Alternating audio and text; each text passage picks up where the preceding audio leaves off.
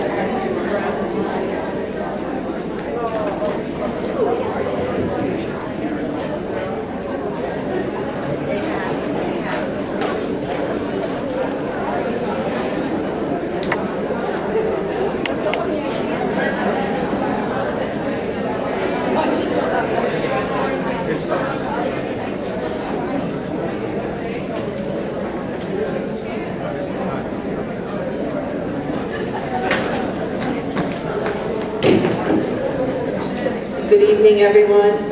The New Jersey Open Public Meeting Law was enacted to ensure the right of the public to have advance notice of and to attend the meetings of public bodies at which any business affecting their interests is discussed and acted upon.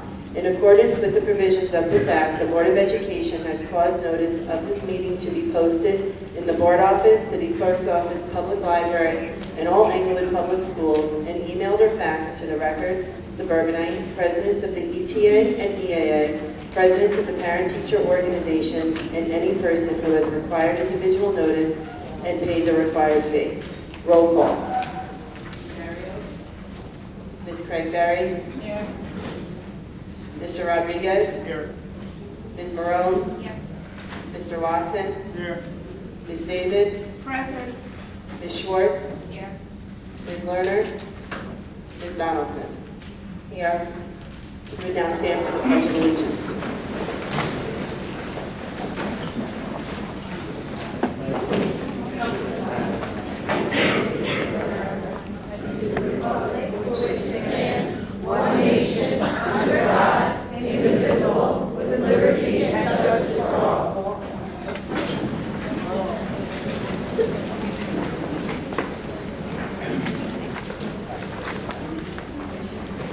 Good evening, everyone. We're jumping right to the superintendent's report, and all we have this evening are just two resolutions that will be on our agenda, but also just two presentations this evening. First presentation regarding the after-school program, and again, these are just presentations, is with Champions regarding the after-school program.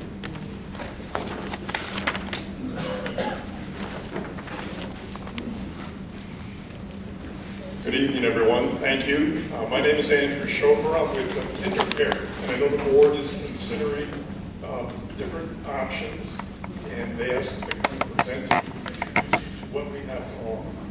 So I'm with KinderCare, and we provide before and after school care in the division that I'm with called Champions. KinderCare is a big company. Go to the next slide.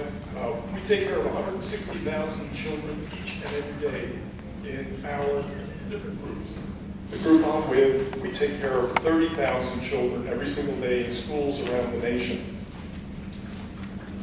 A lot of school board members, like your school board members, and the community spend a lot of hours trying to determine what the right options are for before and after school care.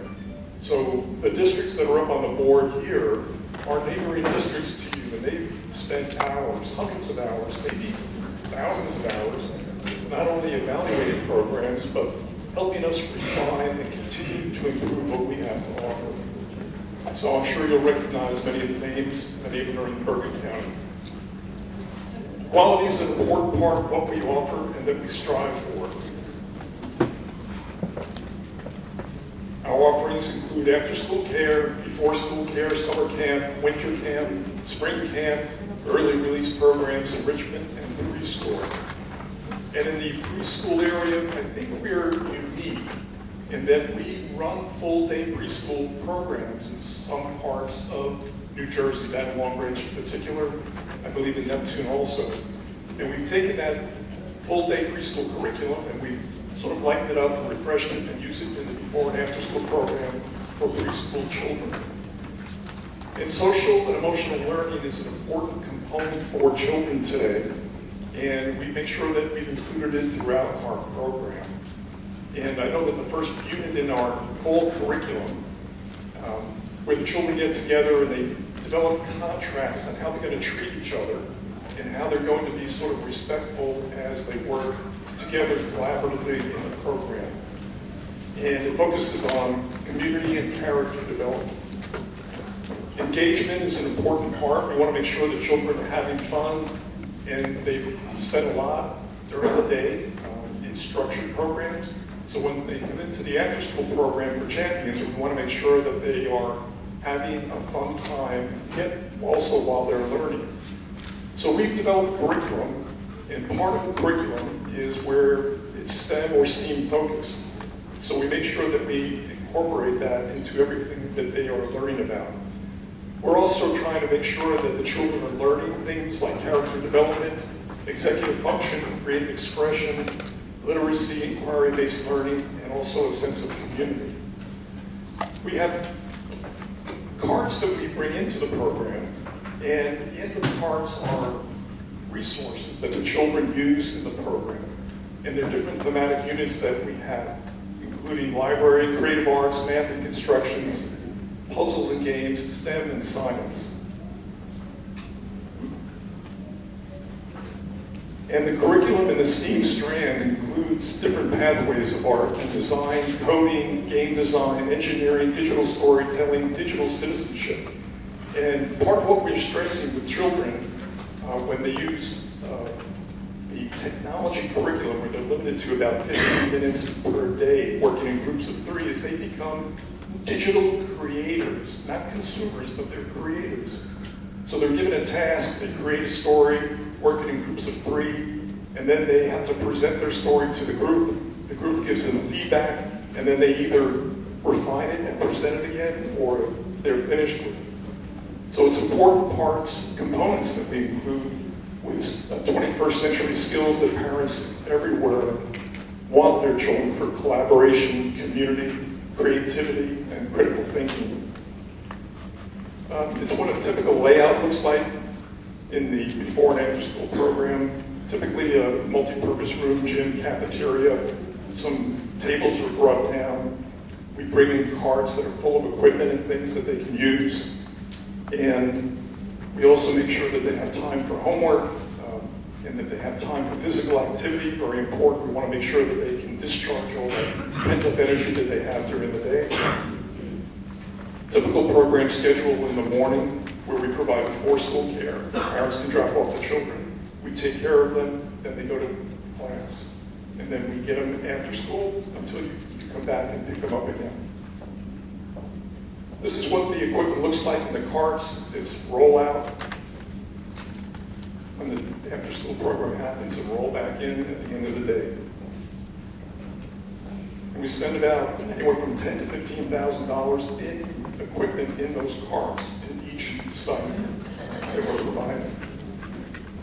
There are additional program components that we provide, things like positive behavior. We have things such as we have auditors that go around and they check on the quality accreditation advisors. They audit the programs every quarter to make sure that the staff is up to what we demand of them, to make sure they're doing the things that are important for the children. So they're there to do sort of auditing. They give feedback to the staff, and then the staff modifies the program. And there are journaling opportunities. There's positive behavior, important elements in any program, plus curriculum manuals. Teachers, very important part of what we do is to find the best teachers available. We pull from the current programs from the staff that's there. They go through a very intensive vetting process. We make sure that their sort of goals and attributes match up with the best goals and attributes of our staff. And then we spend a lot of time training them. I think 30 hours of professional development a year, 24 hours, 30 hours continuing education. And we provide benefits for the staff. They work 25 hours a week, so again, it allows us to recruit and retain best-of-breed staff. They're all checked for background, security, fingerprinted ID, so you don't have to worry about that. Part of what we do is continuous improvement. We're making sure that we're always trying to figure out how to give you, parents, and your children the very best experience possible. And this is a student choice, student-led program. When the children come into the program, they can opt to either do things that sort of are structured for them, or they can go to any of the thematic unit carts, pull out books if they want to read books, they can play games if they're interested in doing that. There are creative construction materials, there are science projects, so there's lots of interesting things for them to do. And when the students get to be older, sort of upper elementary school students, we have what's called a junior counselors program, and it gives them an opportunity to become leaders. So they help the younger children either become organized, or they may help them with some of their homework or tasks assigned to them. So it's a great sort of leadership development opportunity and skill development.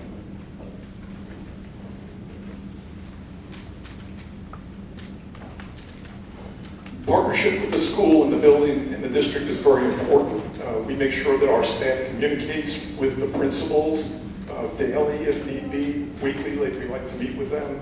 We want to make sure that we're communicating with them as frequently as possible, and that we're making sure that we're meeting the objectives of the principal and sort of as an extension what's going on in the classroom into the after-school program. We want to make sure that we're covering the things that you want us to cover also in the program. So if you want us to, we do homework contracts with parents and families. Some parents don't want their children to have any homework in the program. They want to do it with them at home, which is fine with us. Other parents want their children to come home with all the homework completed. So we want to make sure that we understand what your objectives are, and so that we can fulfill those objectives.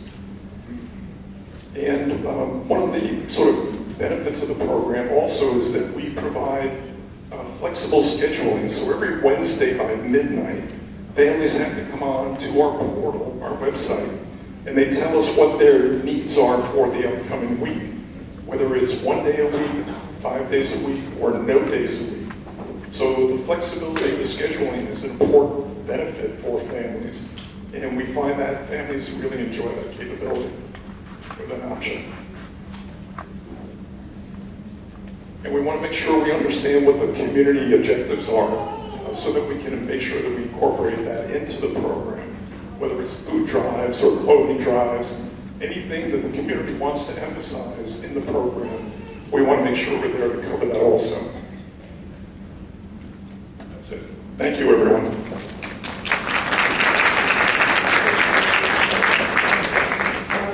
Are there any questions from the board? Yes, I have a question. You mentioned that staff will work for 25 hours per week. And you also mentioned that some of the staff will be selected from the regular pool of teachers at the school. So when will those teachers actually get time to do their job? What I was referring to is that anyone is welcome to apply to work with us, whether they're paras, whether they're teaching staff, but they must be able to sort of meet the time requirements that we have.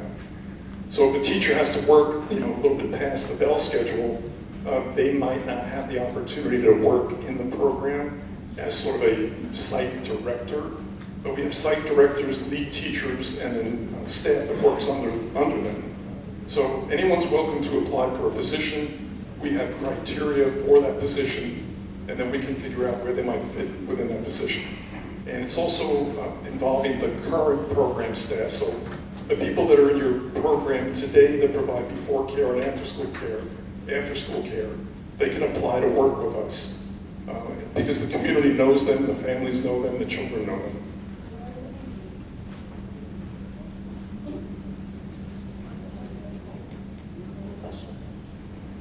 Do you work with the OFC parent program? Do you accept, in terms of payments for your program, do you accept OFC or families? We accept subsidies, if that's what you were asking. So families with sort of need for child care, we can help them apply for subsidies in many of our programs.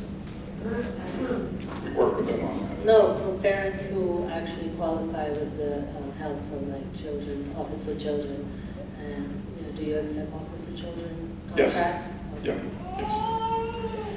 What are the costs? The costs are, we have to, sort of refine the costs, but it runs roughly around $75 per week for after-school care. Will there be extra costs for field trips, tutoring, or help with lessons, homework? Field trips, there may be, those are usually done during the summer or during breaks. They may be $10 or $12 or so for field trips. What about lessons? Our staff can provide some tutoring, but we don't charge extra for anything other than, say, for field trips during summer programs.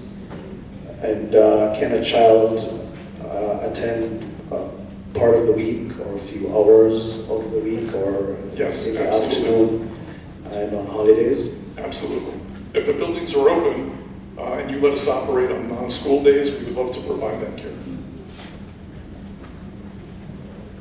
Mr. Chauffeur, with OFC, my question to you is the threshold. What's the percentage they pay up to 200, and the trips, would it be discounted? And are the workers' requirements as well, with diplomas, education background? We have different requirements for the different levels of staff.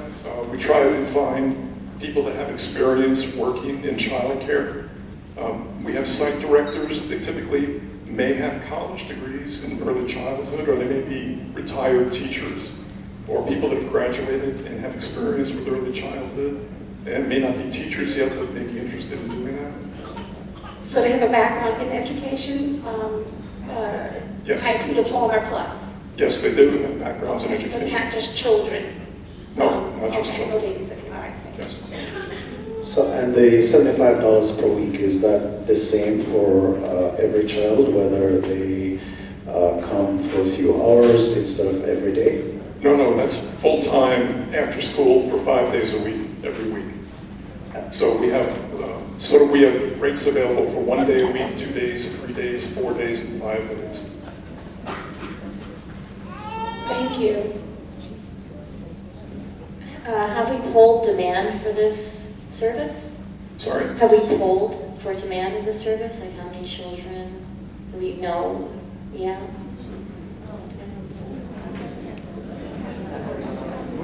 Okay. What do you mean, okay? What's the answer? What was the answer?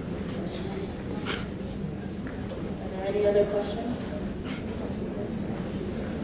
Okay. Thank you so much. Thank you, everyone.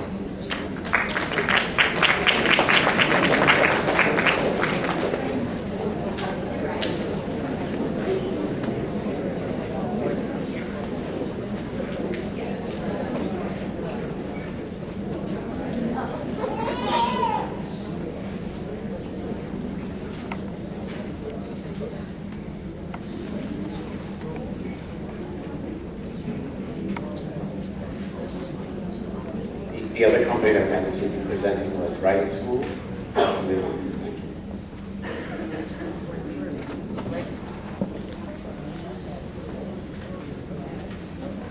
Good evening. Thank you very much for having me, ladies and gentlemen of the school board, the community of Englewood. I am pleased to be here. My name is Julie Lyon, and I am the Senior Director of Partnerships with Right at School. I thought I would start by talking about why after-school programs matter. Elementary school children are awake for 5,000 hours. 1,000 of those hours they are spent in elementary middle schools. That is a lot to pack in 20% of their waking hours. So what are they actually doing in the other 1,000 hours? We have started looking and researching about elementary school children in before school programs, after school programs, summer camps, school day off programs. They are spending another 1,000 hours in these types of programs. So we need to make them meaningful. We need to make them matter for the working parents because the research shows that students in high quality programs thrive. I'm not going to go through all this. I'm speaking to the choir when I say this, but I will say that the decreased achievement gap really has the best outcomes for those in need that are attending before and after school programs. Unfortunately, many programs are falling short, and I just want to be clear that I'm not saying that the programs that you currently have in place in this community are falling short. But what I do know is that there are lots of programs across North America that are. With no curriculum, they're boring, children don't want to go to them, under-trained staff, inadequate supervision, with lots of wait lists. I have spoken with many school districts across the country that have tons of wait lists. These parents don't know where to send their children after school. Our mission at Right at School is to inspire a love of learning, to support schools, and give parents a peace of mind. We started Right at School back in 2011. I worked for the Jewish Community Center of Chicago running before and after school programs. I left with the CEO of that organization to start Right at School because we said enough with children not getting what they need from the hours of 3 to 6. I'm happy to say that now, in 2019, we have about 35,000 children in our programs before and after school.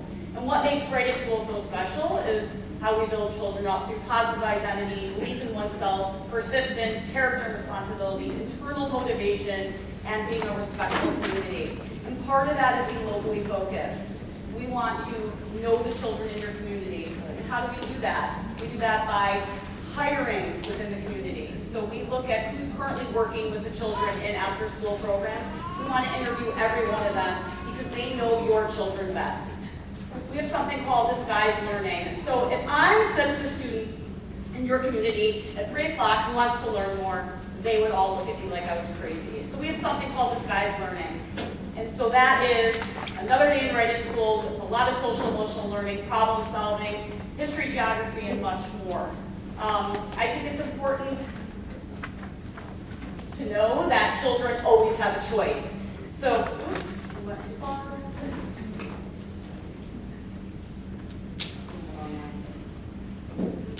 Okay. This is a short schedule of what happens during the after-school program. I do want to say that being locally focused, in your 3 schools, this schedule may look very different because we know that there are different grade levels in each school. So we have our programs from pre-K to 8th grade, so every program looks very different. We want to fit the culture and community of each school, but this is a typical daily schedule. I think a couple of things to point out is the ebb and flow of what an after-school program looks like, is having children start the program, feel like they're part of the community. We know a lot of kids at 3 o'clock look at their friends and say, I want to go home, just like my friends do. We want to keep them in school safe, happy, and engaged by providing them a healthy snack, moving their bodies because they've been sitting for 6.5 hours during the day, or something around there, and then homework help. I think that's a really important piece to note. You know, we've surveyed families, and the number one thing on our family surveys that we do twice a year is that the working parent wants their child to go home with their homework complete, so then at 6 o'clock they can have family time. Sit down, have dinner, and not have to worry about doing challenging homework.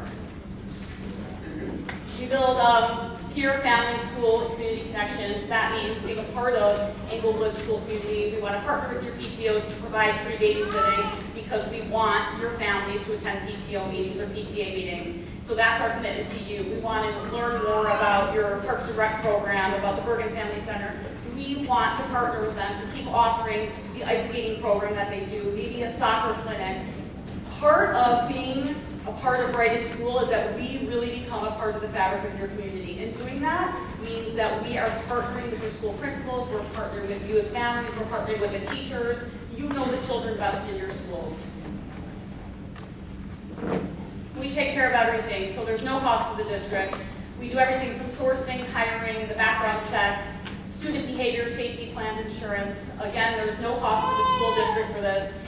We do share revenue back with the school district. That is in lieu of rent, unless there is a rental fee.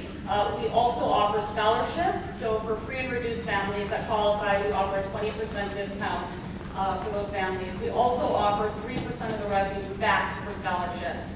And then the school principals can determine, or the social workers determine which families need that. We don't want to turn any children away. It's really important for us. We know that the current providers currently charge about $200 a month for 5 days a week. We want to keep those prices consistent, because if we came in and said we're doubling the prices, that's not going to work well. You know, we look around the community to see what current daycare programs are charging, and they're expensive, and families can't afford that. We also want to be able to offer them a lot of flexibility. You know, whether it's 1 day a week, all the way up to 5 days a week, drop-ins, 10 punches, we're here for your families, we're here for you. We also want to offer before school programs. And this is just a quick little wheel of what we do across North America, from before school, after school, school day off programs, summer camps. Again, we're here if you need preschool, if you need full day daycare, year-round, we're here for you. We also offer, partner with the PTA or PTA groups to offer 1 week, 1 hour classes. That's something that we typically do in year 2. We survey families to find out, do they want chess programs or music programs or foreign language, and then we partner with community partners to bring those types of programs in. And we also align with the district objectives. So you're doing bedtime math. What you're doing in your schools, we continue to do, especially with safety protocol, fire drills, unfortunately, this day and age, shooter drills, and our behavior management. So if you're doing in one of your schools Common Classroom, we're training our staff on Common Classroom. If you're doing PBIS, we will continue to do the same after school. Sorry about that. And then we hire fantastic local educators. We do pay about 5 to 10%, it's actually more like 15% above market, and we have the highest retention rate in the enrichment profession. Our educators come back year after year, because the one thing that we can offer them that is so very important is training. It's so comprehensive. After school looks very different than the school day. So we're not hiring kids to come in after school and play with children. They need to understand how to work with children with maybe some special needs, how to work with behavior management. So they have an online training of about 18 modules that they take, and they have to pass by 80% before they move into a live training. And that live training happens at the school, where we're working, in the school to gather routes from getting children from kindergarten down to our program, or whether it's 3rd grade or 5th grade. So training is extremely important, and it doesn't end there. We have ongoing coaching support and professional development throughout the school year. As I said, for hiring, it is really important for us that we are hiring locally. So we want to look at, if we were to come in, who's currently working in the program, and interview all of those educators to hire them. We love hiring paraprofessionals. And I will be very transparent, we typically do not hire certified teachers in your school district that don't get out of school in time in order to be at the schools 30 minutes early to be working with children right when that school opens. For the third year in a row, I'm happy to say that we have a 99% of our staff feel effective and confident in their abilities 30 days into their role. The last thing I want to mention is that we're very passionate about including children with diverse needs. These are the children that possibly need these programs the most, and we want to include them in our programs. We have a lot of kindergartners and first graders who are pre-diagnosed. Parents don't know what's going on yet. We work closely with the school to help them and help these children be successful in our programs because we need these types of kids in our programs. Again, here's our discount, 10% sibling, 10% military, 20% train reduced. We do offer a district employee discount of 50%, state subsidy, and military child care aware that we offer, so families can afford it. Again, I want to say to you that 3% scholarship share that we give back is so very important that we're not turning any families away that need these programs. And families enroll online. They can change their schedules anytime they want. There's no long-term commitment with right to school. If they're not happy, they can leave. They can change addresses. And our intentional partnership, we believe, makes all the difference between the school district, the home, and right at school. Thank you guys so much for having me tonight. I'm ready for questions.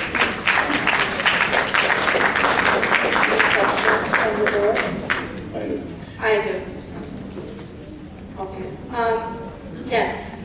Great presentation. Thank you. You said there's no wait list, and we have a long list here ready. And you said you're going to hire within the community. That's awesome. That's great. But you mentioned the word babysitting. You don't like babysitting our children here in Englewood. We don't babysit. No, you mentioned the word babysitting. Right, we're not going to have kids babysitting in your program. Oh yeah, no, sorry. You mentioned because we're here to babysit, and that didn't resonate with me, so. We do not babysit. Okay. Say, that's I why put that down, I heard babysitting. No. Okay. We need trained professionals, and you said they don't have to be professionals, so what are you going to get, like my daughter who's in the 10th grade can work at this program and sit there and chill out on her phone? I'm just asking these questions. No, you know, I'm saying we don't hire children in our program. Okay. So we don't hire high school students either. So we're a licensed program. Right. So typically it's a lot of college students. It's a lot of professionals that are in grad school that these hours really work for them. But no, we don't have children working in our programs. Okay, because you said that you didn't hire professionals and babysitting, so that's what I heard. I don't recall statements. I apologize. Thank you so much. I was just curious, what's the student to teacher ratio? Sure. So kindergarten and up, it's 1 to 15 for New Jersey licensing. It's 1 to 15 for New Jersey licensing. What age? Oh, kindergarten through 8th grade. Yes. If it's pre-K, it's 1 to 12. Yeah. Yeah. If they're aligning with your curriculum with our school curriculum, and yours is based on your schedule, Yes. that teachers and homework help is actually, it comes later after the teachers get out. Most of the after-school programs presently use actually employ our teachers. So working with our staff is like, teachers knowing the kids and having, their curriculum. How do you, and if you're not hiring teachers, sorry, how do you, if you're not looking at hiring our teachers, how do you intend on teaching your staff or to get an alignment with what you're doing with the work that they're doing? Sure. So we do hire teachers. Unfortunately, they can't. If your school day ends at 3, our program managers and educators start coming at 2:30. So our homework happens about, I would say, 30 minutes into the program. So if you currently have certified teachers working in the after-school program, we would love to hire them to come do homework help. with the children. But we partner with the principals to find out, what Common Core, which math program are you using bedtime math? And we want to train our educators and program managers how to help doing math homework with children. We do a Socratic method with children, and so we're partnering them, with their age groups to help each other if they need help. We don't give answers, but we train our staff on how to do homework with children. And I do want to clarify, they are professionals working in our program. They're not children, and we do not do babysitting, and that is why we started right at school. It's really important that I apologize if I did that wrong. I am so sorry. We do not do babysitting. We do not do babysitting. Oh my God.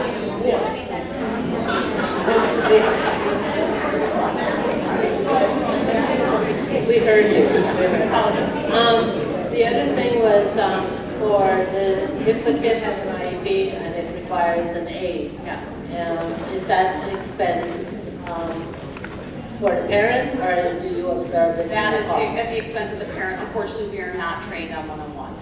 That is the expense of the parent. And how is it currently done now? Is it the expense of the parent in the current programs? Yeah.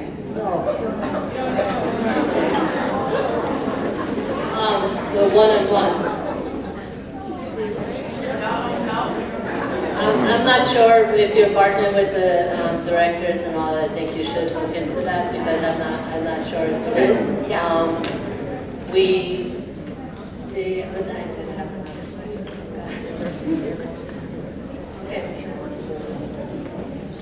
Are there any more questions? Yes.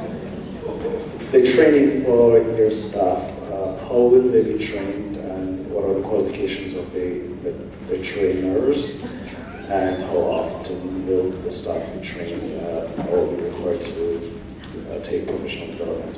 So we have already started training a lot of our educators and program managers for the following year right now, but their training is about 1 week before they can enter into any kind of classroom inside your school. So they're doing those online modules before they end up going into the online training, into the live training, and then they're in the schools for 3 days practicing all the training that they've done. We also, as I said, we're aligned with New Jersey licensing standards, so we have our program managers usually have a college degree. They have background in education, and they have about 18 hours of early childhood classes. So we really have to stick with those licensing regulations in order to have our staff qualified. Thank you. And how much will it cost, if any, extra? I thought you said it will be $50 per week for the after-school program, but you're going to bring in community organizations to bring their programs into the after-school program. Is this going to cost anything extra? Sure. So those elective 1-hour classes we don't do in the first year. It really depends on what the community partner charges. So we would have to work with them. So I don't know if you have a chess coordinator that comes in or a taekwondo, but usually when we work with the nonprofit organizations, we don't charge any extra for those if say if the kids are like ice skating once a week in the winter. So you haven't established any relationship yet? No, because we're not here yet. So we can't establish any types of relationships until we know if we're going to be partnering. What about in other cities or towns? Yes, so we partner a lot with other organizations. How does it work there? So they don't charge. We don't charge, we partner with them. They come in and do classes with the children.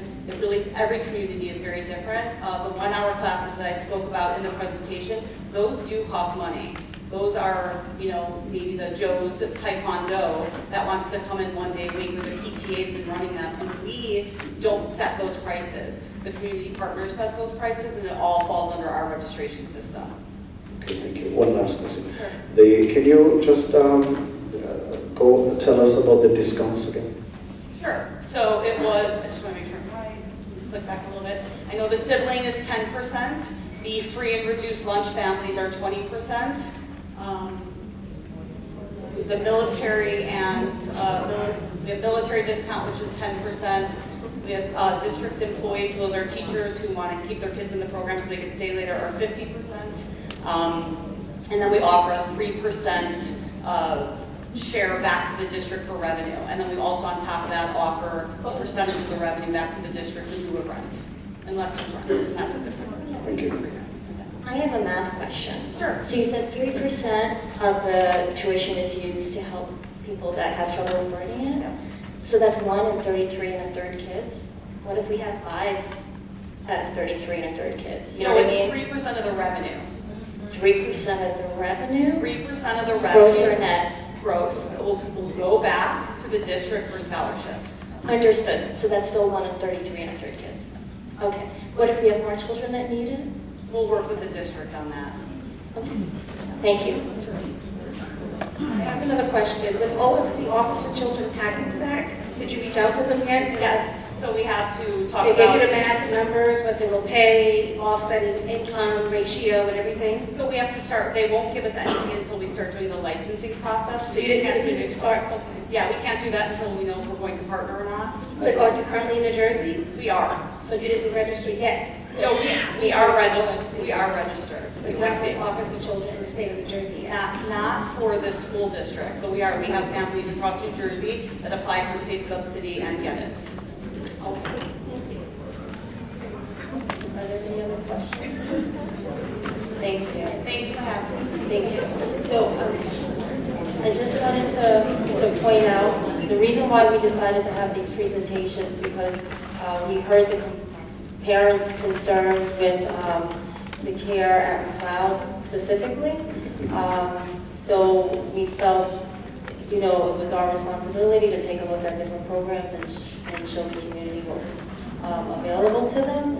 So I know Mitch, thank you. Thank you, Kim.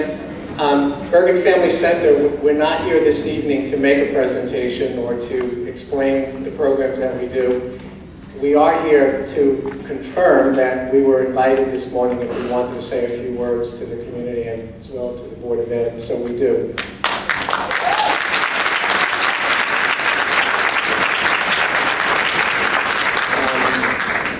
I'm only going to talk 3 or 4 minutes, so I'm not going to take a lot of your time. In 1898, with $100, 12 boys were provided after-school services by a program which is now the Bergen Family Center. So we've been here for 120 years. And that doesn't necessarily mean you should have us come back for the 121st year. But the second reason that you might want to have us come back for the next year is because we do know your children. We already have your faculty here, and I was awkward about crossing what looked like a picket line when I came in, so. My wife teaches high school in Englewood, so I know the issues. I also think it is important that the board reached out to other providers to see how to make things better, where there are issues that need to be made better. I also want to say, regards, right now on Broadway, there's a very successful play, Kill a Mockingbird.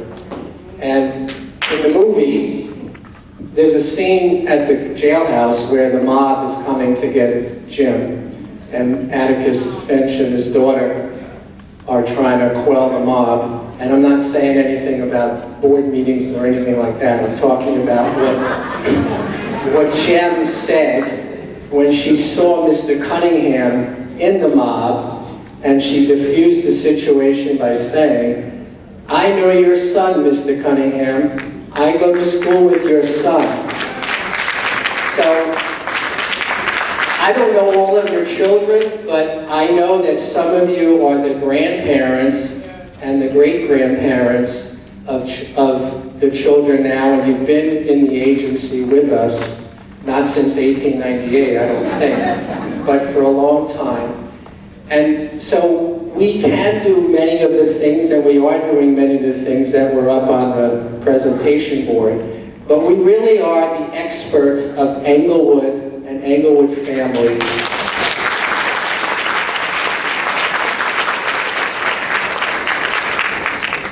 And We can add services. If you need morning care, we'll work on that. We do provide many of the enrichments, Yolanda at the choral school, Yolanda Kathy at the Greco school. They have reached out to other organizations, Girl Scouts, science clubs. Banks come in and give money to the children? Okay, so we do have many of things, and we can do more. I'm not saying that we can't improve,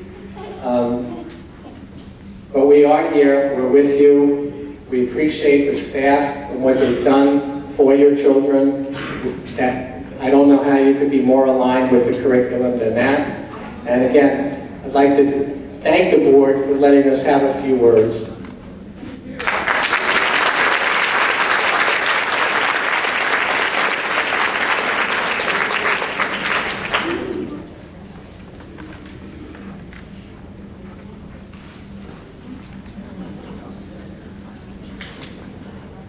Can I have a motion to approve the consent agenda?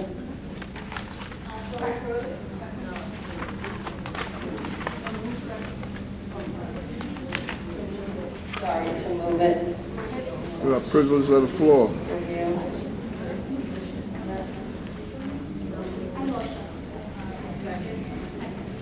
Point of order, privilege of the floor is on the agenda next.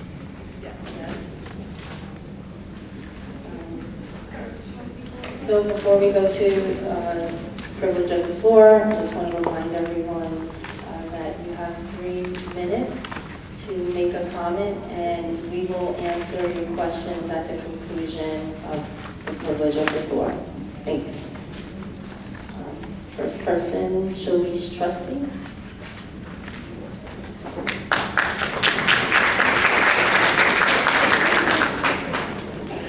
Good evening. My name is Shalice Trustee, and I live at 209 West Palisade Avenue. And I'm here this evening because of the incident that happened with the Whitemar High School in the cafeteria where my son was involved in. And I tried to get in touch with you, Mr. Kravitz, on several occasions, either speaking to Lizandra CC, which is your secretary, and no one's gotten back to me in reference to it. And I'd like to read this letter that I wrote. And it says, Dear Mr. Kravitz, my name is Shalice Trustee. I'm the parent of Joshua Trustee, who was a student attending the Whitemar High School. I am writing to express my urgent concerns about the matter that took place at Whitemar High School on Tuesday, April 30th, 2019. After careful consideration, I believe the situation was handled entirely and above the overall discipline of those involved in the fight that occurred in the cafeteria. The discipline of not permitting Joshua to attend the prom is not consistent with the district policy 2430-01, participating in incidental events. My primary concern is the extreme discipline toward my son Joshua, which is not consistent with your district policy. According to the district policy, any student who commits 2 or more of any combination of these will not participate in incidental activities of the period of 12 months to the date of the most recent incident: fighting, possession of being under the influence of the CDS, violating school authority, bullying, harassment, intimidation of students and staff, initiating a prolonged public disturbance. Joshua is not being treated fairly, and it's his first time of having any involvement in a behavior that's frowned upon by the Whitemar High School. Second, my concern is the extreme disciplinary response to the office that his minister Joshua was given a suspension. Initially, that was supposed to be for 5 days, I was told. And then it was told to me by Ms. Bender that it may be an additional 5 days upon your review of the situation. Not until the eve of his return to school, which was 2 Wednesdays ago, did I get a letter delivered to me at 8:30 in the evening saying that he was infinitely suspended until a hearing, which I've been calling and never getting an answer as to when I'm getting a hearing. Not only that, he had to go to a psychiatric evaluation, which took her over a week to get in touch because she had no idea of what I was talking about, although he had my second concern also is the because Joshua was not the instigator or the aggressor, that he should be able to return back to school immediately to complete all academic requirements and attend the prom and also be permitted to walk. Lastly, my concern is the breach of security that occurred, and that's why the fight occurred, because a kid who was expelled and suspended was at the school the day before. He was taken by the security there to the office and told not to come back. So my time is up? Okay, thank you. And he was told not to come back. But not only did he come back, he was not charged with trespass. He came back at 6th period during lunch intentionally to fight this kid. So when my son got to the class, to the cafeteria, I was told by Ms. Bender that he had no business being there and that he was supposed to be somewhere else. That was a lie that she deliberately told to corroborate this whole thing. He went to the cafeteria, and his friend, who had been already jumped by 2 people, this kid who was expelled from school and able to come into school, which is to me ridiculous, because when I come here to give my kid lunch money or to come on the premises, I'm to sign in at the house, at the park, in the driveway. Then I go in from walking at the desk to the office, which is right at this table. I have to take a picture, take off the picture, put it on my lapel to even walk from point A to point B. So how did he get into the school? Which is totally, to me, is ridiculous, because he could have killed. What if he came with a gun? He could have shot the whole school. He wasn't even supposed to be there. And had not been for the security allowing him to get in, there would have been no fight. My kid is a good kid. He has good grades, and he's going somewhere. So I'm just upset about that no one is calling me. I sent a letter to you, CC to everybody on the board, and still I've gotten to run around like no other. I called to speak to the principal, Dr. Bowie, who puts me on, his secretary puts me on hold for 15 or more minutes, never comes back to the phone, and when I call back, I'm put on to the voicemail and everything. The only one who's gotten on the phone with me is Ms. Bender, who is a problem talking to her. And she lies for you guys, and no one is calling me back. I've been arrested. I was born in Englewood Hospital. I've been in my house for over 30 years. I'm a taxpayer, and I have a problem with this. When I call about my son and to find out what's going on, I want answers. And I want someone to tell me what's going on. You have not. Like I said, I spoke to your secretary because I've asked Ms. Bender on several occasions, when can I speak to you?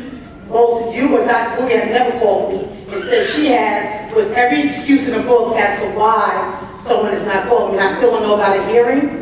When we went to the psychiatrist for this laughable evaluation, she had no idea. And she said, I'm so sorry that it took me a week to get with you, but I didn't even know what was going on. So explain to me what is going on. And I want to ask this also. In the last meeting, there was a call to Mr. Trustee. Listen, I'm sorry, Miss Trustee. So I definitely gave you the courtesy because I do believe that your concern is warranted, but I can't let you continue to speak. Is it okay for someone else to give me their time? No, I'm Why sorry.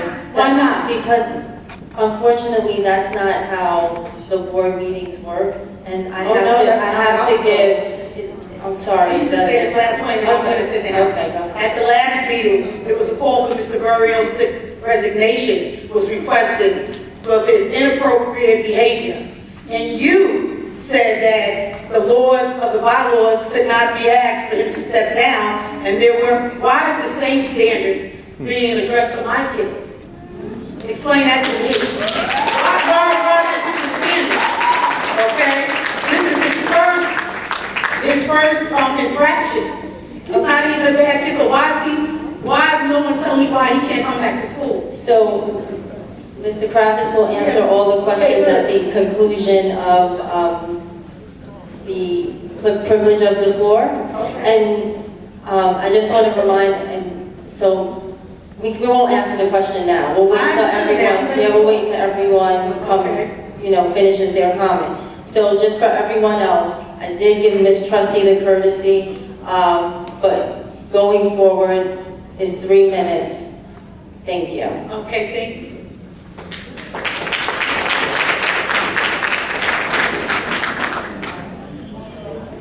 Tracy Foley.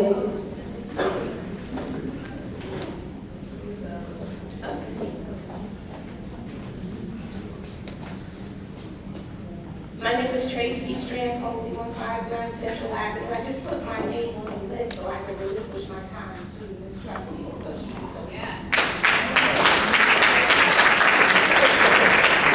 so Suzanne Carter.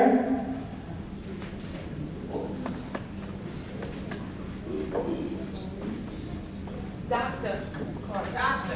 Hello, I'm Dr. Mullins, 102 Phillips Avenue.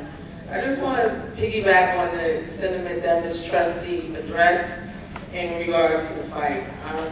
As adults, we all make mistakes, act out of character. We had an issue with Mr. Barrios from the board. We also had Michael Wiles come here and go on for 8.5 minutes about how these kids are criminals and equating their behavior to some action at 7-Eleven, which was inappropriate. And we continue to retain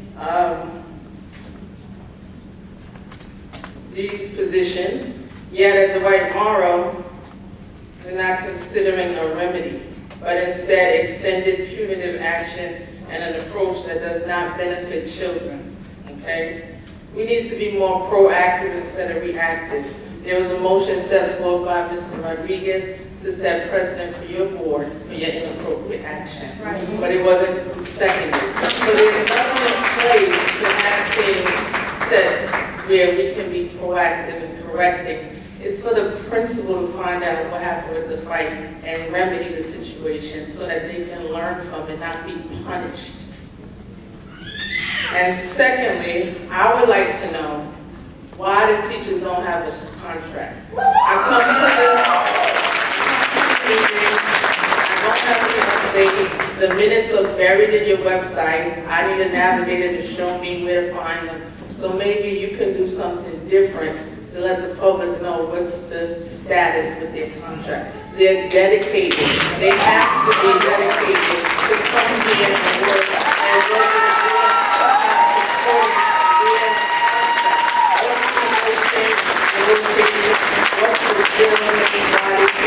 forward and be bound by a contract to teach our kids. Thank you.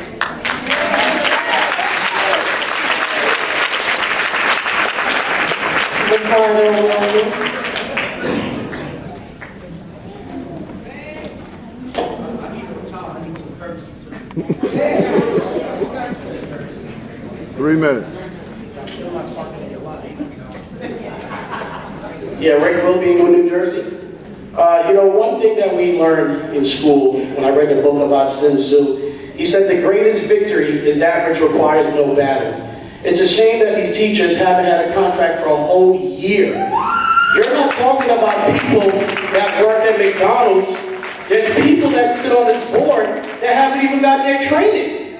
There's people on this board that go on a computer for 1 hour and get your training. I believe that Angela Majette David and Donovan Rodriguez went down to a seminar, okay, and they did something, but nobody else does anything, okay? The state negotiated a contract not once, not twice, but 3 times in good faith. You're talking about dedicated professionals that went to school, that care about the kids, and why is it that you guys can't show some appreciation and do the right thing?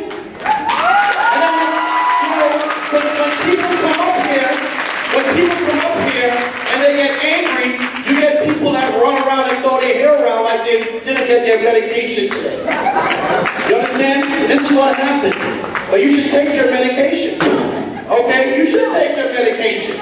Okay? So the next thing I want to talk about is Stephen Berrios and his actions. Okay? So I want you guys to deliver a personal message. Hey, you know what? I need my time. Can you stop disturbing me?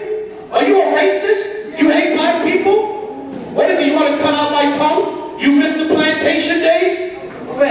Rick, go. Just, okay, well tell them mind her business. Just stick to what you were saying. I've seen you little bit. Just Rick.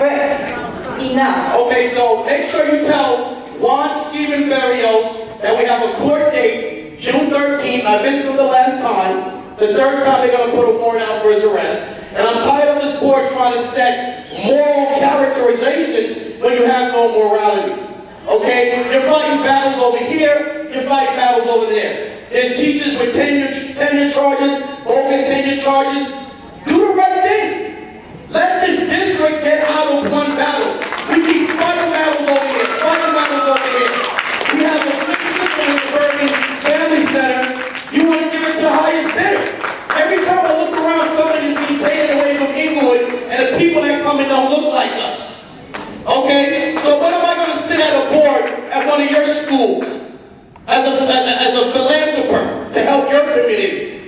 help my community. I'm sick and tired of the BS. We come here all the time, and people are not in a happy, warm and fuzzy mood because other people are not doing what they're supposed to do. You know, I sat with you, Mr. Kravitz. You got to understand that this district needs some order. We need to put some things behind us. The state said give them a contract a year ago. Do the right thing. Thank you.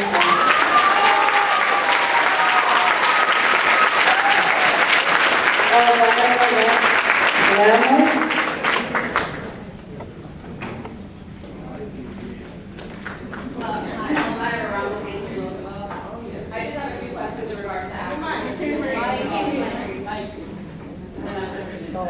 Take it out.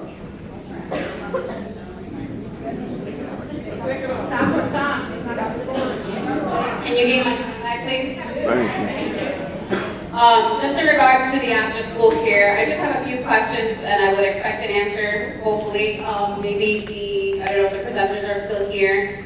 For one thing, you brought in champions and right at school, but why was Bergen family not given a chance to present with more time? You gave them to this morning to do it and put something together? Do you have an answer for that? I can hear you. Okay. Secondly, there's a lot of families, probably around 70 to 80% that take assistance because they can't afford it. Most people are making minimum wage, barely can pay their own mortgages or rents. They're talking about scholarships. Normally scholarships work, it's whoever gets it, it's not guaranteed. So are parents expected to leave their jobs at 2 o'clock to pick up their kids? I mean, Bergen Family is giving us the opportunity at 6 o'clock with no extra charges.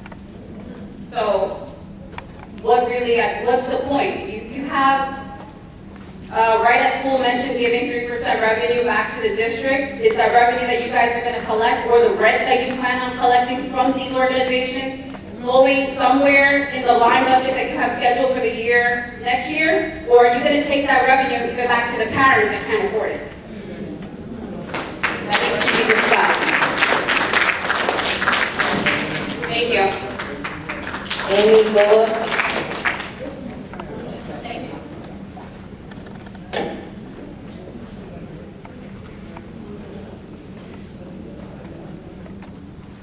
Highland Avenue, Englewood. As elected officials, you take an oath to abide by a code of ethics which is dictated by New Jersey law. I'm very disturbed by the actions initiated by board members over the course of the past year. These actions clearly indicate that board members either don't know, don't understand, or don't care about following the code of ethics or the best interests of our school district. Everything from questionable business relationships to threats of potential violence towards community members to most recently emails from Ms. Lerner and Ms. Schwartz. I find it very concerning that Ms. Lerner chose to empathize with Mr. Berrios and chastise Mr. Rodriguez. There is never a justifiable reason for an elected official to shout obscenities or threaten community members, and to condemn Mr. Rodriguez for taking a stand and holding the board to task by asking they abide by the oath that they took, and the New Jersey Code of Ethics clearly indicates you are not concerned with being the best board member you can be. Laws, guidelines, codes are created for a reason, and the blatant disregard for these laws and guidelines is disrespectful not only to our community and children, but to yourselves. Mrs. Schwartz's email to the board is also indicative of the mass confusion about the roles and responsibilities of board members. I understand why Stephen Berrios did what he did. Quote, really, Ms. Schwartz? You understand an elected official, you agree with an elected official resorting to potential violence? I hope you show the same empathy to the children on the extended suspension. Additionally, posts on people's personal Facebook pages are not the business of the board, and while some may find issue with Mr. Wilby's posts, the Constitution of the U.S. protects his freedom of speech. I do find it interesting that you want to address Mr. Wilby's post, but not the unethical behavior of your colleagues. So I'm curious to know, Mrs.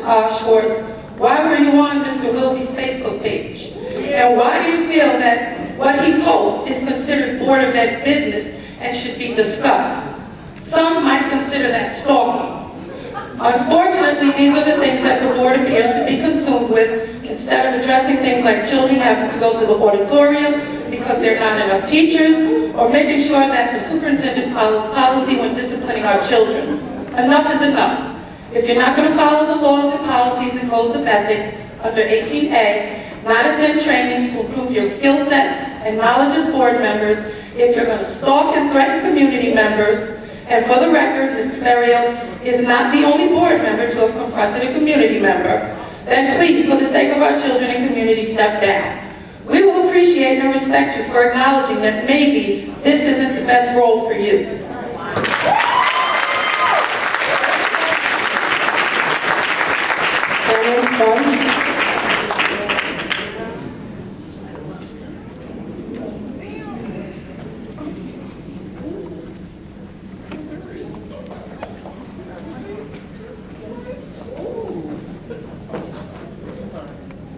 Good evening. My name is Dennis Bunch, 203 First Street, and I initially started first by coming last month to talk about Mr. Thomas and my support for him with the bogus investigation that you guys launched.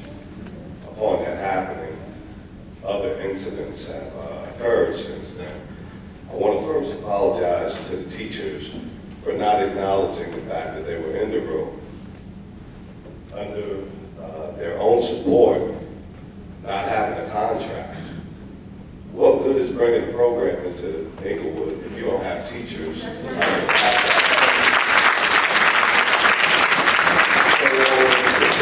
You guys, over the last couple of weeks, I've just seen so much with this board to where it's unacceptable. As I told you before, Mr. Kravitz, I plan on going to the FBI directly with everybody on that board. And I'm going to get some justice done. Now I'm here for a different situation, hearing about this parent that you never responded to. You have a child's future. You guys all run their future, and you're willing to ruin this for these kids over some misgaps in our security up at our schools and keeping our children safe. At this point, I keep telling you guys, the kids do not make decisions, you adults do. And I'm going to hold you accountable. Everybody on this board, I look at all these people in the crowd, and all these people are mad at you guys. Nobody else in the room, just you adults on the other side of the table. That's what we're doing. I'm not here to talk. I'm here to get action. I've been down to your office. I missed you. I asked her about the open report, but she said she'll get to me. I want to wait to get all of this information, especially with the charges that are coming you guys with, the harassment charges of Mr. Willoughby and all of that. I want all of that in my document, in my file to the FBI, because when I say I'm going to get results, I mean it. And you're the first person that I'm going to get rid of at the school, in this school district. So understand what I'm saying to you, because I told you before, this was coming. I just sat back for the last, like I said, the last month, and all of these issues have popped up in the last 30 days. I don't know how you guys even hold your head up in a school district like this. We have a lot of issues. You have a lot of mad parents and a lot of teachers back there that do not believe in your leadership. So therefore, we're coming to get you out of here. My time is out.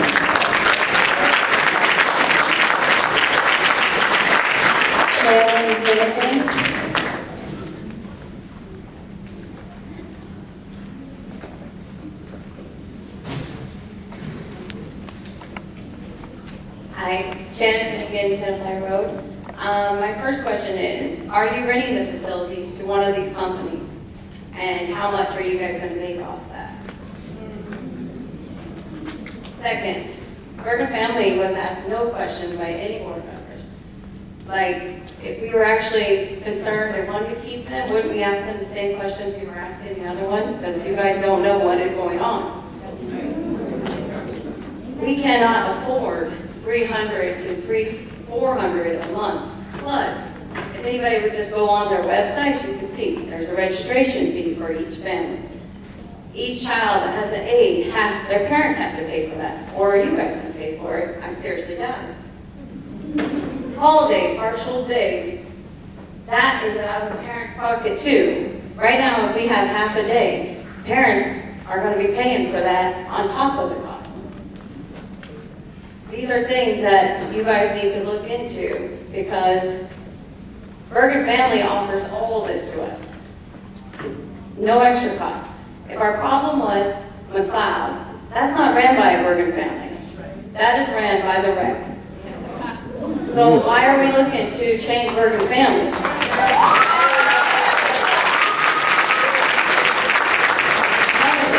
Turnover rate. The first presenter said they didn't have much turnover rate.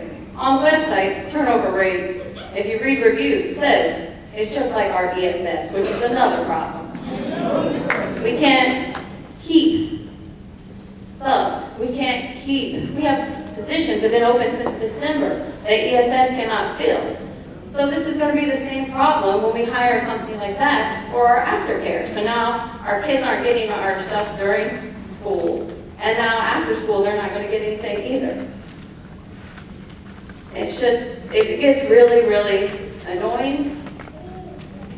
And every time, I try to give the benefit of the doubt here, but you understand my parents feel like they have no other option but to leave the district. It's really sad. And then, second of all, I mean, our teachers are what keeps most of us in this school district.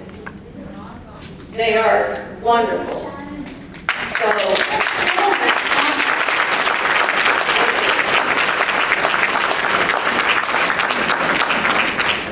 Ramos.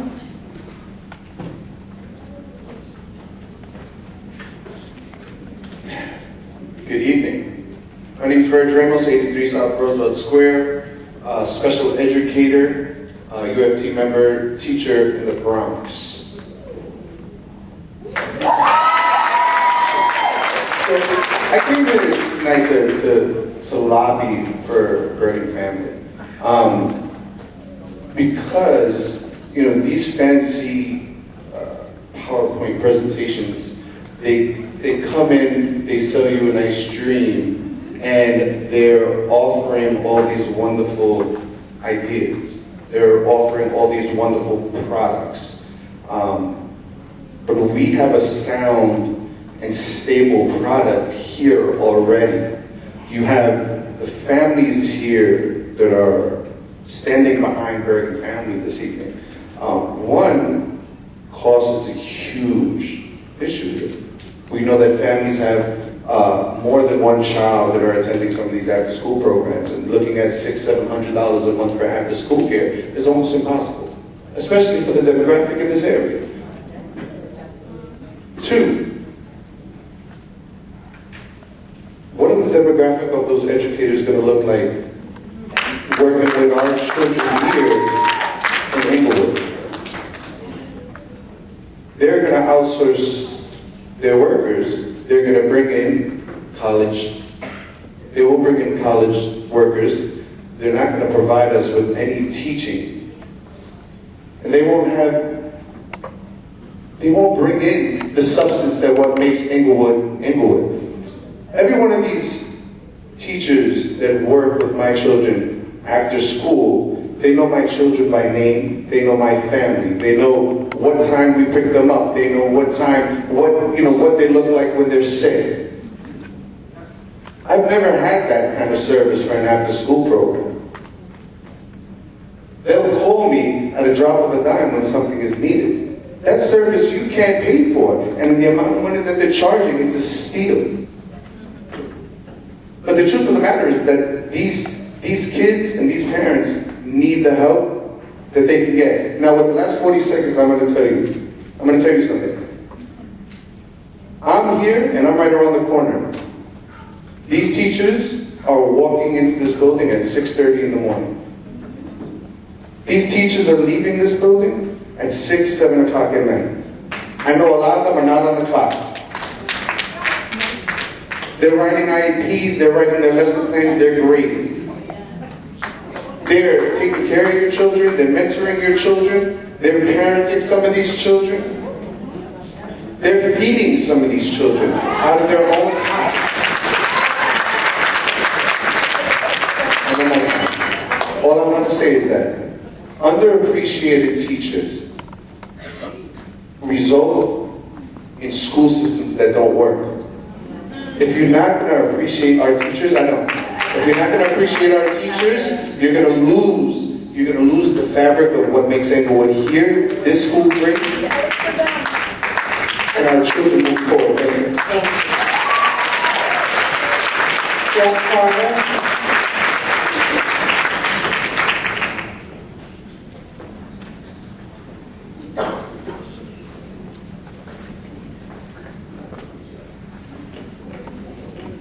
This is a little high for me. I'm kind of challenged. Good evening. For 110 years, the NAACP has supported education for everyone, especially minorities. What's happening in this district is deplorable.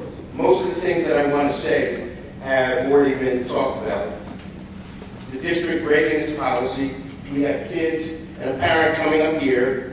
There's been no homeschooling, which is supposed to occur. The policy of having them come back has not happened. You cannot make up the rules as you go along. That's number one.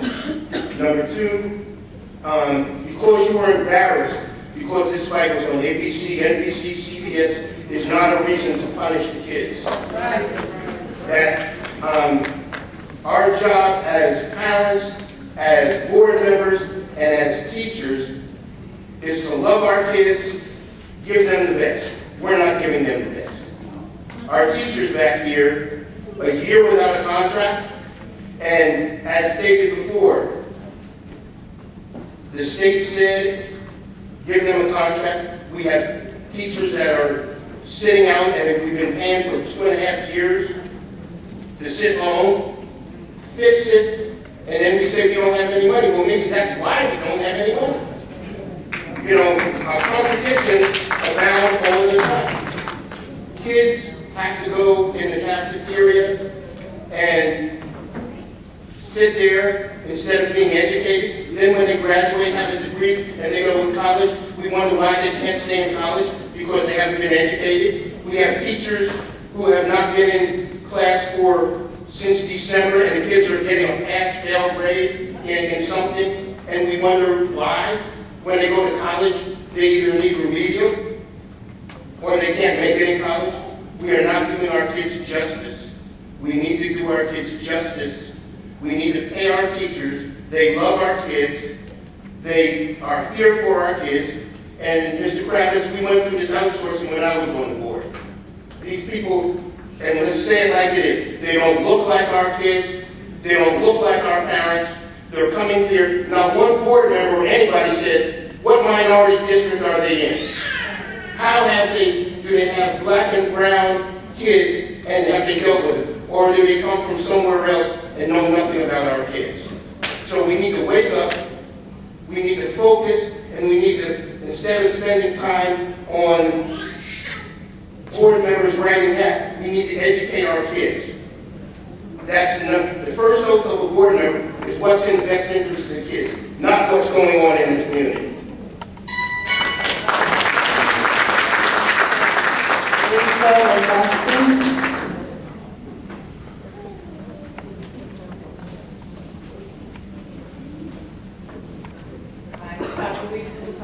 Englewood. I'm a long-time resident of Englewood, and I'm very familiar with many of the programs of the Bergen Family Center in our community. As the founder and past president of the Friends of John Chirat Arena, I work very closely with the Bergen Family Center after-school program in providing ice skating programs for the kids in that program. The parents are very happy with that program. The kids are happy with the program. The community partners of the Bergen Family Center are very happy and pleased working with them. They do an excellent job. If there's a problem with the program, then by all means, get rid of the program that you're having a problem with. But the Bergen Family Center is a proven success. They know the community, they know the Englewood community, and kids should be left alone. Thank you. Councilman Patterson.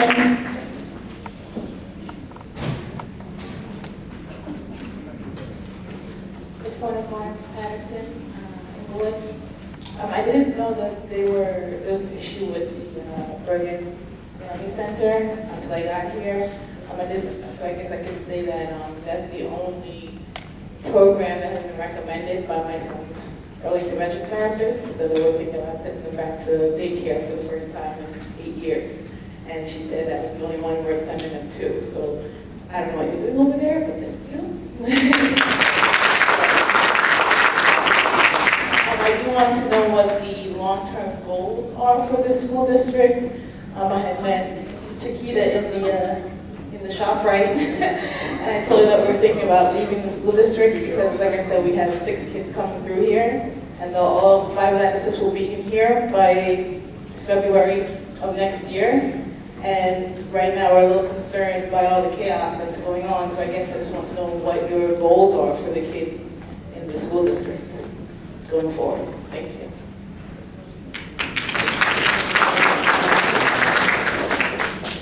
Tia McCartha? Yeah. Tiana?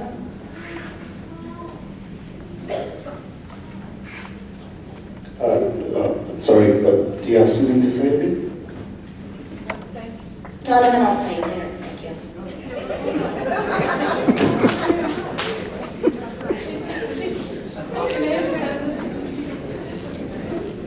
Good evening, everyone. Tiana McCarthy, Central Action. I know you all feel the talking of various behaviors like beating a dead horse, but I am equally repulsed at the idea that you all were asked to acknowledge that the behavior set forth by Mr. Barrios was not becoming of a board member, and instead of you choosing to say something, just acknowledge it. You said nothing. Your silence on the matter is definite. Your agreement, particularly Ms. Shores, for Barrios' behavior is equally a disgrace to the community.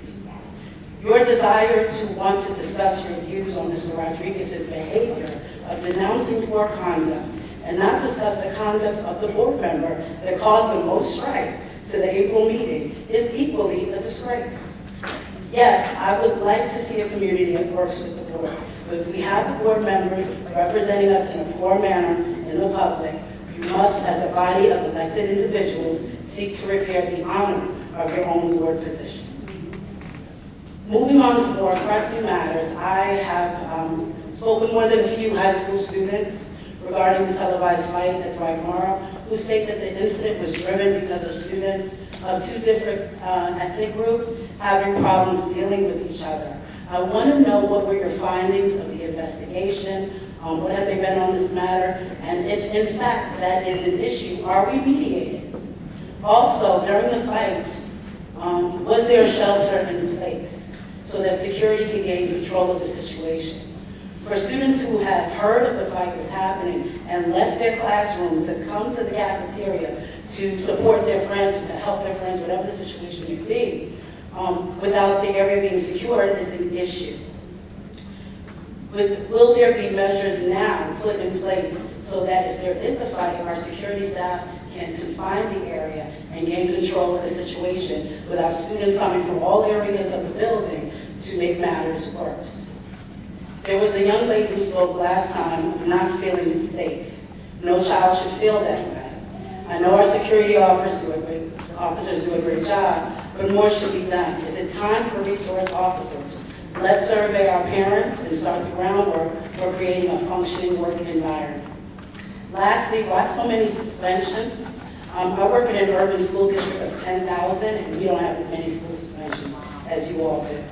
Nor do we give countless long-term suspensions where a student lingers for weeks before receiving the work needed for the marking period. As a teacher, a day wasted is too much. Most of these students involved in the fight have just begun their tutorial session after how long?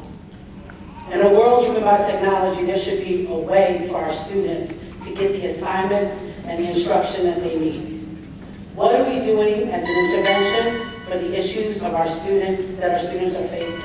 And how can guidance play a more proactive role with one-on-one consultations, especially in the middle and high school? I would love to know where the areas of concern are for all these suspensions. Is it drugs? Is it violence? With repeat offenders, what are we doing? How do we meet? Thank you. Charlotte Sooner. Charlotte Schuman.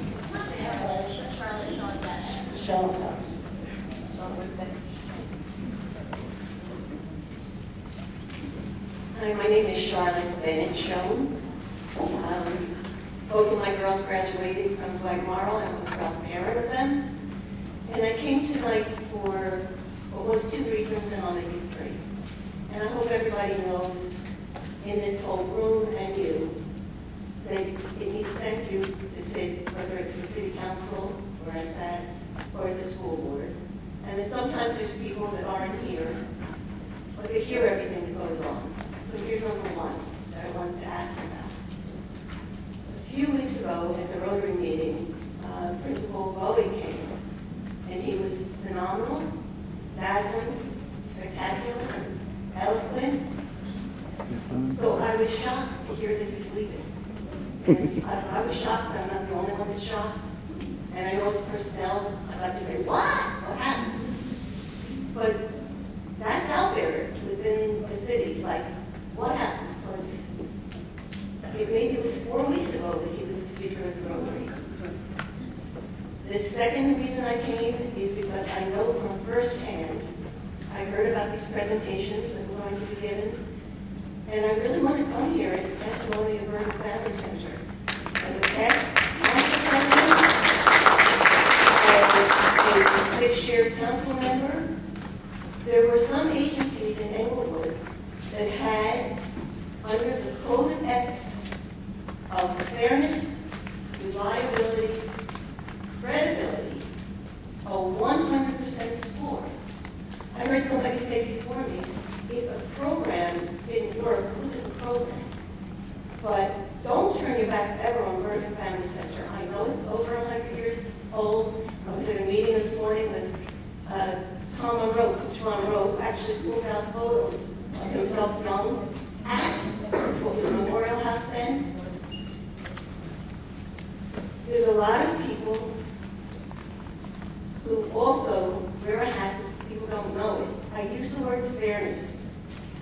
I also am a teacher, and I know as a teacher, you need to be treated fairly, because you do go in every day. It was recognition to me tonight that they didn't have the contract for a year, and the only people who can rectify that are the people that I'm looking at, so that has to go to the top of your list.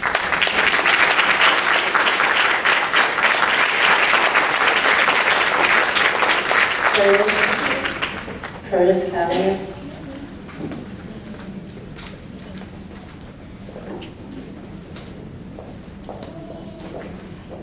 Good evening. First of all, I'd like to congratulate the city Rose's accomplishment as an athlete of the year, I believe it was. I watched him play 4 years. I watched him play football, watched him play basketball. He represents what Englewood is, should be, must be. Unlike some other things. As an ex-board member in the 90s, when I left the board, continued to come to the meetings, then I began videotaping the meetings. Since the 90s, I've never, let me repeat that, I've never seen a board as dysfunctional. I'm not going to rehash any of the things that were said before, but there's some interesting things. This is May 21st. We're ready for our graduation. Graduation, that's what we're supposed to be doing for graduating students. What's the graduation rate? I can tell you what the word on the street is. But we're going to have a lot of empty chairs. Well, we have a presentation about after-school programs, but we have teachers without a contract. We have a $35,000 contract on the agenda, but nobody is talking about that. We spend money. We outsource paraprofessionals we had 33 paraprofessionals who had master's degrees. 33 master's degrees. This is what was keeping this district together. But it was for economy and efficiency. Those are the magic bullet words. Teachers, source of teachers, Teach for America. You better look at those terms. We're looking to outsource you next. They've already outsourced the guidance counselors. Almost everything in this district is outsourced. Have we had a discussion on if there was any money savings from the sourcing of the people that we outsource? I don't think so. I've been here, I have the videotapes. I'm in the process of categorizing, putting them on my YouTube page, so everyone can see. Don't believe me. Watch the degradation of this district that was highlighted by the next board member, all younger. We have that on tape too. The degradation of this school district. Lastly, here the teachers of contract.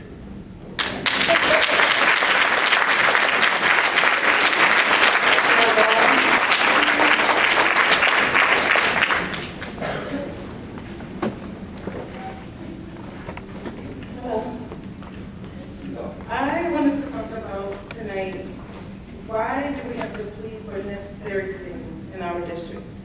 We, meaning the parents, the teachers, and the students. So the parents, we want, and we're going to demand respect, and for you guys to consider our opinions about where we want our kids.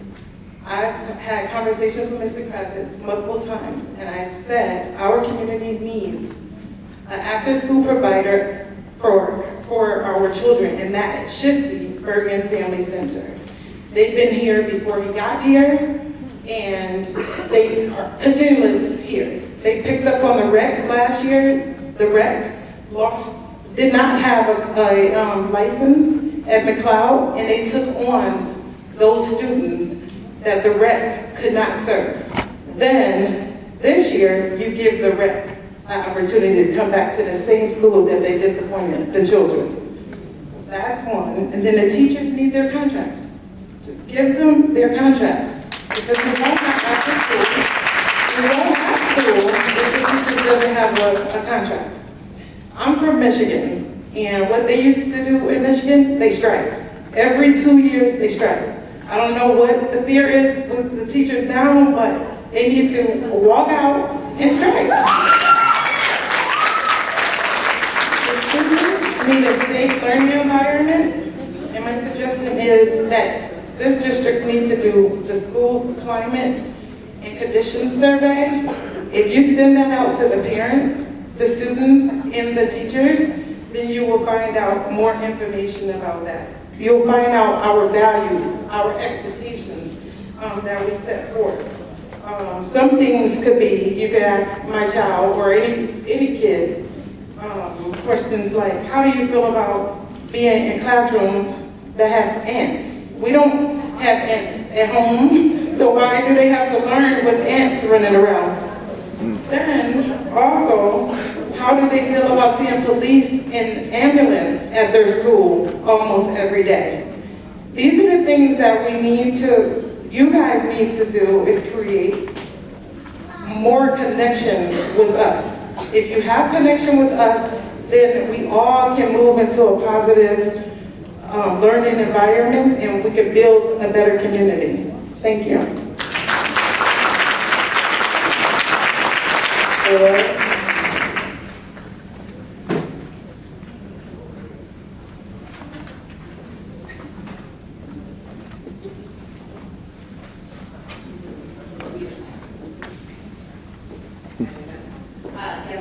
Englewood, New Jersey. My first item, obviously, teachers are here. I've worked with CBAs before. I understand it takes time, but it's been a very, very long time, and I don't think to say it's ridiculous. We need to get it done. It has there's an obvious domino effect. Everything else falls apart when our teachers are not receiving what they need.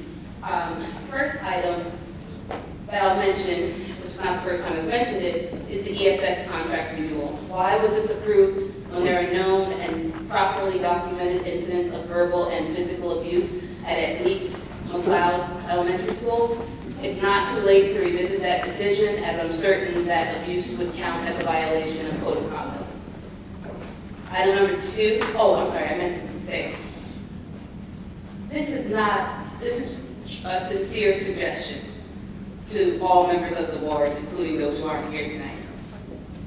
When you don't take any notes of any kind, it sends a message to us that you really don't care what we have to say. Item 2, 1980-72. The students are not criminals despite the opinion of some. Of course, the police department would recommend that a police presence be there, and they'll gladly collect their fee of up to $4,000. There hasn't been a fight at a prom show-off in at least 25 years that I know of, and I'm sure it's more, it's just the time I've been around. If there is truly a fear, why not employ your own district security, which I'm certain would not run you $3,900. Third item, after school. While those were lovely presentations by Mr. Chauffeur and Ms. Line, we have programs in place that can be reviewed for areas of improvement, as Bergen Family Center mentioned. So let's take a note maybe from Mr. Chauffeur and find out what the community objectives are. And a note from Ms. Lyon, and inspire a love of learning while supporting schools and giving parents peace of mind and looking to hire within your community. The last item, which Mr. Kapp mentioned, which I will gladly mention, 1980-71. According to the preliminary budget, I think that was the May 1st meeting, purchased services is predicted to have a decrease of $88,500 in the 2019 to 2020 school year. So where will you get the $25,500 needed to start Aptitude, and then the $13,500 every year thereafter, with such a significant decrease in that area? Also, what districts are currently using Aptitude that you are aware of?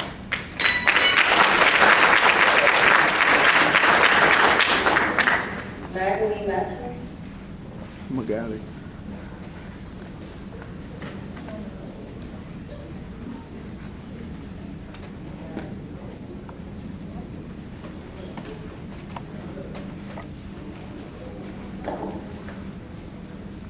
Good evening, everyone. My name is Magali Matos. I'm not new to chaos going on, but my 2 minutes that I have or so, I would like to address a lot of the issues at its core base. Number one, I want to give that for all the teachers. As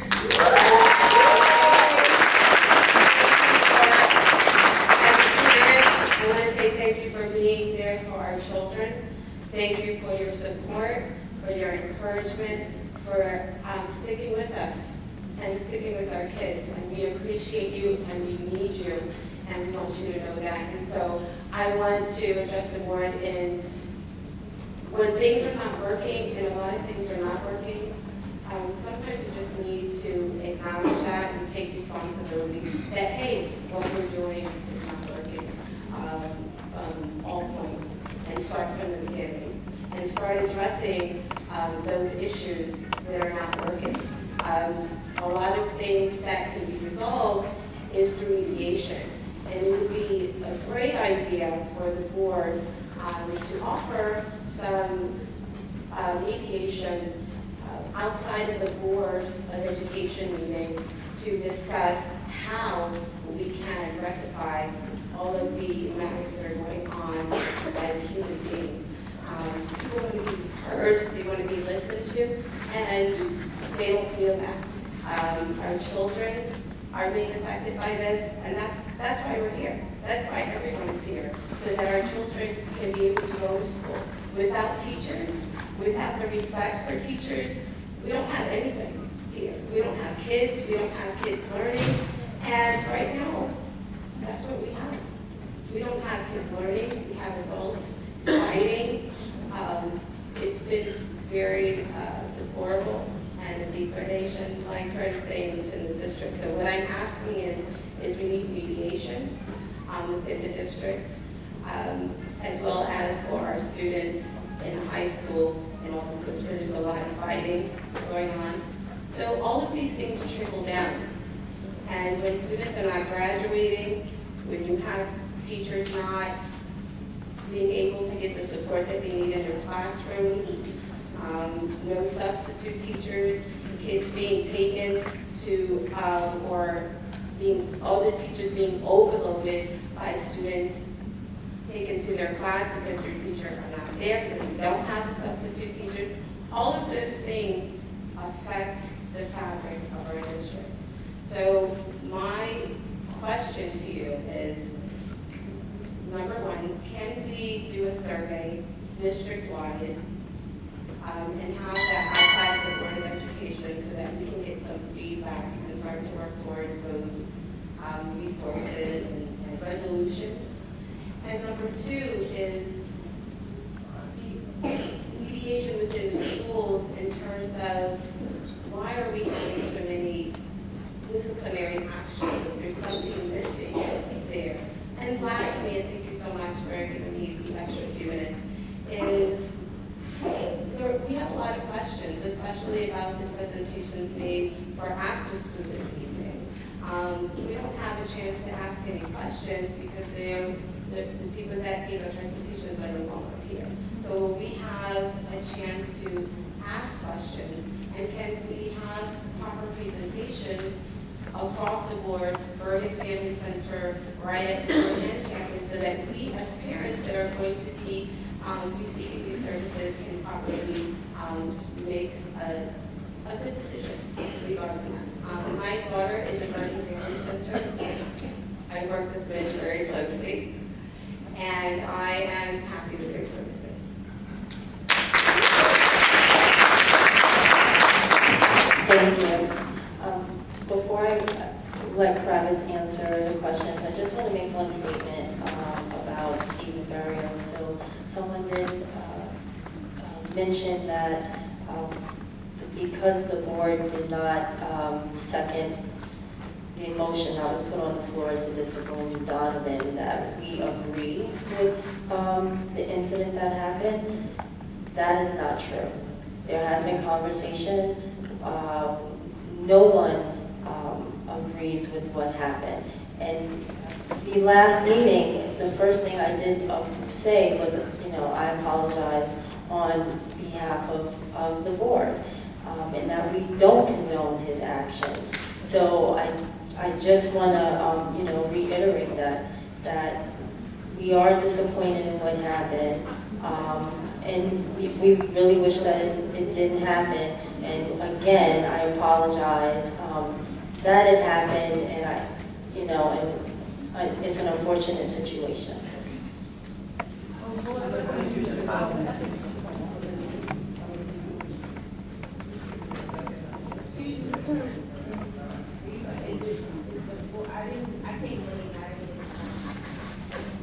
I won't even take 2 minutes. My name is Larissa Dawson. Speaking to the mic. My name is Larissa Dawson from Englewood. My son is a senior at DM and currently has no English teacher.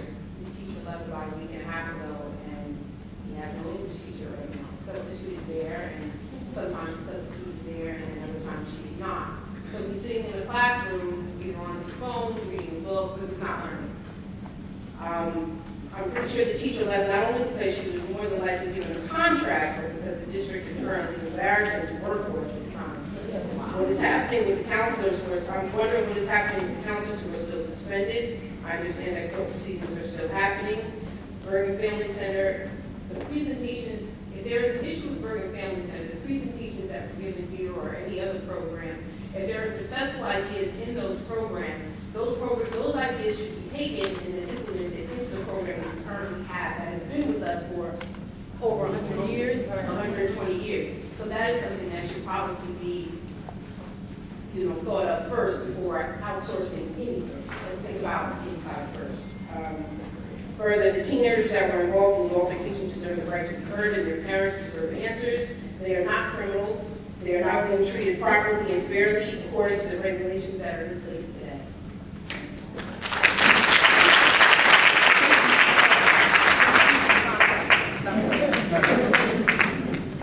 So thank you again for coming out. So I'll answer it as best I can. Some of the questions regarding personnel and regarding student matters we cannot discuss, but I asked you if you can say after I sit with you and we'll talk about it. We'll go from there. As far as the after-school program, the board, myself, or I know board leadership, there were a lot of complaints regarding one in particular after-school program. And we wanted to know what the options were. And the idea was to just do a presentation. We have not taken a vote. Many of your questions regarding scholarship, revenue share, so they've introduced some numbers. We don't know what those numbers exactly look like. There was conversations regarding what does revenue share mean, how does it work. We don't know if we have to go out to bid. We haven't even gotten that far. It was, here are other programs if you want to look at. Because one particular provider, we've got several complaints. If you're a regular at a board meeting, that's coming. As far as it's not a lot, I mean, a lot of the, and I appreciate everybody's comments, a lot of the statements are just statements, but some of the comments regarding like the agenda 2 items, so the purchase services. So actually on the last budget item, the board purchased, was purchases for the 2019-20 school year included a company called eChalk and a company called School Messenger. Together they are about $21,000, $22,000. They will not be purchased. In lieu of those purchases will be this company.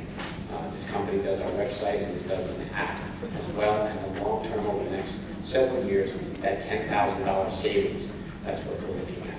As far as the other agenda item, so I agree with you, but I will say that we received information from the police department with recommendations, and it was best suggested that the entire Board of Education know what the cost would be following the Englewood Police Department's recommendations regarding the show-off. So, and the board has had conversations regarding that, and we are following the recommendations of the Englewood Police Department regarding the number of individuals who should be working for the show-off. If you have specific questions that we don't have answers to regarding after school or even anything, I do recommend ask the board, ask the BOE.org. It's on our website, ASKTHEBOE.org, and you will get a response. And we've had it last year, and I'm just saying it now because I know there are some questions regarding the after school program that if I don't have all the answers, we can get you answers for all of those. And that's really it as far as questions for the rest of the statements. That's it. And I don't have all the answers to all the questions. There were a lot of statements as far as teacher contracts.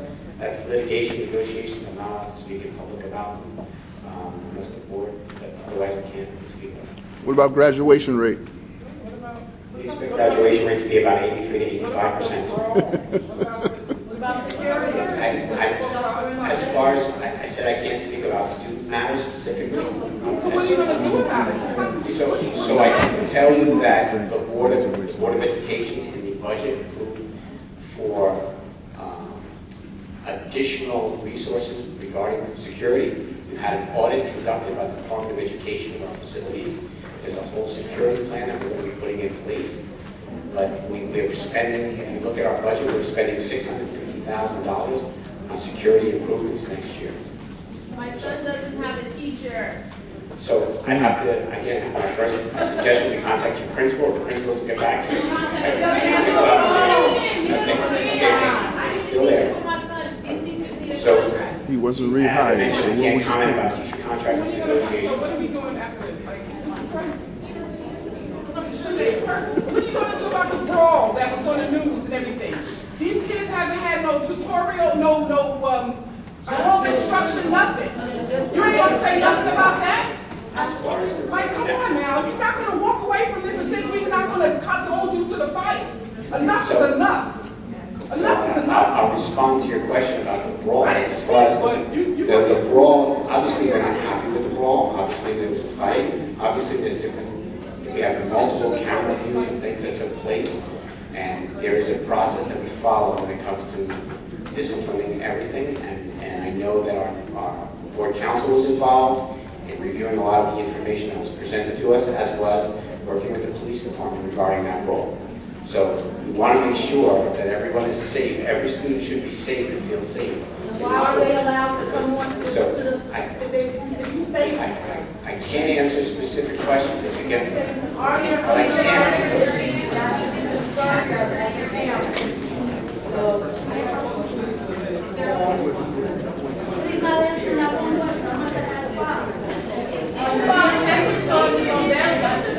As to the question directed to the attorney, the board is not permitted, nor am I permitted to answer any questions regarding safety and security of students. I apologize.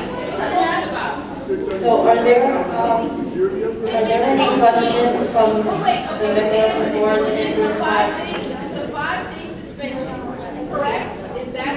Ma'am, I apologize. We've closed the floor for the public privilege. Public comment. We're moving on right now. So we're now going to go to,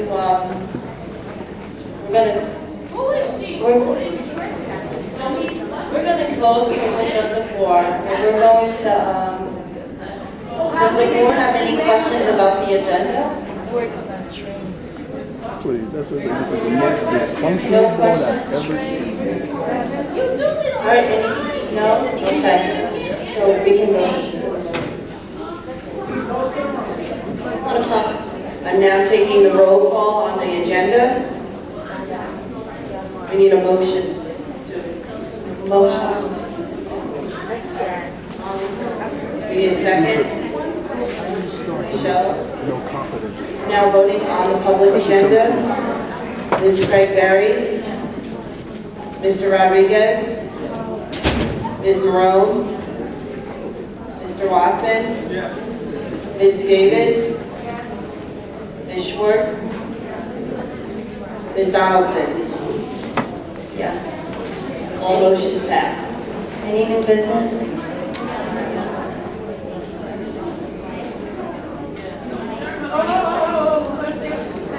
I have new business. I would like to address. Okay, thank you. I would like to address the allegation about trolling Mr. Wilkie. And I'd like to say that I don't go on Facebook to see what he does. That this was forwarded to me. Can I please ask that you're quiet? Okay. Can I, hello, I'm sorry, may I please talk? I was forwarded a meme that Mr. Wilkie posted. Do you want to hear what it said? Ezra Pound. It said, the answer to the Jewish problem is simple. Keep them out of banking, out of education, and out of government. And I'd like to ask you, Ezra how Pound you made feel that quote. If you felt, if you were targeted like this.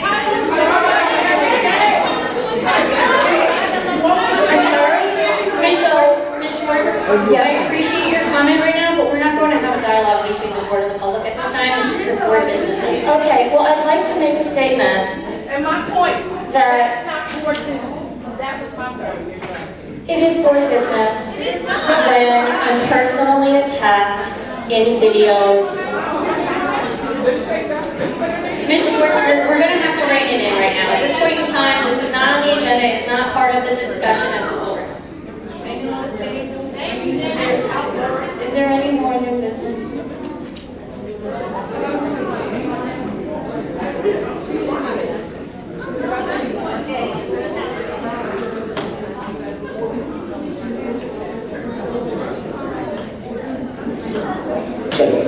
So I just want to ask Mr. Kravitz if it's what's the procedure to invite the Bergen Family Center to make a presentation at the next meeting regarding their program and what they propose to do to continue to serve this community and hopefully expand into the middle school where they aren't at the moment. But I'd love to hear, if it's likely or plausible that they can be invited to make a presentation and give them that opportunity the way the other two companies were. Please. Thank you. We met with Mitch on Friday from the Bergen Family Center, and we were welcomed and had to do a presentation. As far as our middle school, we don't currently have a middle school after school program, so I don't know what we would be doing one.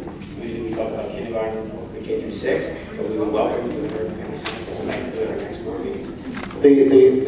The companies that presented, they made a presentation about pre-K through 8. So we don't currently have a 8th grade, 6th, 7th, 8th grade after school program. So that is the reason we don't currently have an after school program in middle school. If the board would like to start to offer that and go to that, we can have that conversation. Well, we haven't had it, so we haven't had it in the middle school program. So what were they selling?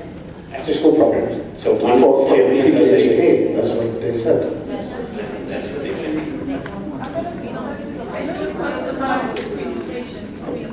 But the Bergen Volunteer Center will get a chance to present.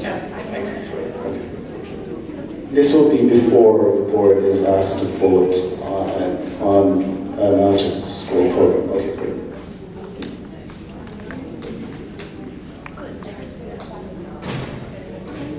Can I have a motion? The Bergen Family Center, I think they were not prepared, properly presented, like, you know, as far as like PowerPoint. They were last minute. No. I know the Bergen family. My daughter go there. I have 3 daughters. I love the Bergen family. But I don't think that they were given a fair shot. I think they need to come back for a better presentation. Thank you. They were right. That's why they were not given proper notice, like the other ones. They were prepared with the PowerPoint, yada, yada, yada. So I think that they should be given a fair shot like the others. Right.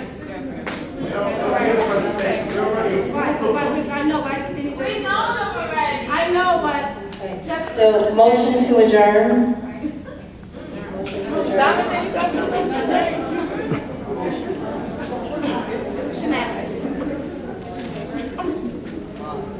He moved to adjourn. Second.